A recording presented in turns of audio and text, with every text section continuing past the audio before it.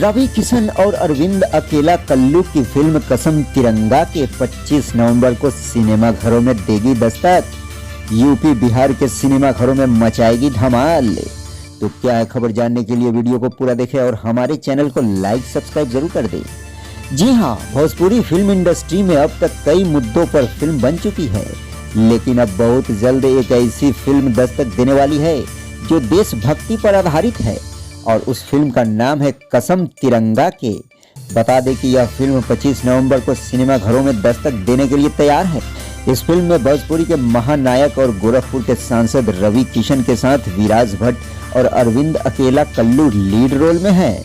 इन दोनों सितारों के साथ ही इस फिल्म में पूनम दुबे, राकेश मिश्रा, समर सिंह, मनोज टाइगर, साहिल खान सहित अन्य कई जाने माने कलाकार नजर आएंगे। फिल्म के सभी कलाकार ने इस फिल्म में बेहतरीन प्रदर्शन किया है। फिल्म 25 नवंबर को यूपी बिहार के सिनेमा घरों में रिलीज हो रही है। बता दें कि इस फिल्म के निर्मात्री चंद्र किरण सिंह है, जो इस फिल्म से बेहद उम्मीद रखती हैं। चंद्र किरण सिंह इस फिल्म को लेकर बताती हैं कि फिल्म कसम तिरंगा के दर्शकों के मनोरंजन को ध्यान में रखकर बनाई गई है, जिसमें समाज के लिए संदेश भी है।